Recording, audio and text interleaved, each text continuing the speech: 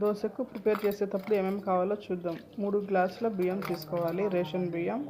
ఒక half glass వరకు మినప్పప్పు తీసుకోవాలి. తర్వాత అటుకులు గుప్పెడు తీసుకొని మిక్సీకి వేసే ముందర అటుకుల్ని నానేయాలి. ఒక 5 మినిట్స్ వరకు ఉంచి మిక్సీ వేయాలి.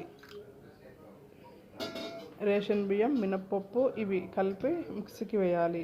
కన్సిస్టెన్సీ ఇలా వస్తుంది. తర్వాత నెక్స్ట్ డే మార్నింగ్ రోజు దోశ వేయాలి.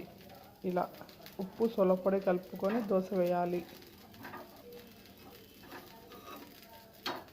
దీంట్లో స్పెషల్ ఏమంటే బరుగులు నానబెట్టి వేసే బదులు మనం ఇక్కడ అటుకులు నానబెట్టి 5 to 10 మినిట్స్ నానబెట్టి మిక్సీ పడుతున్నాం.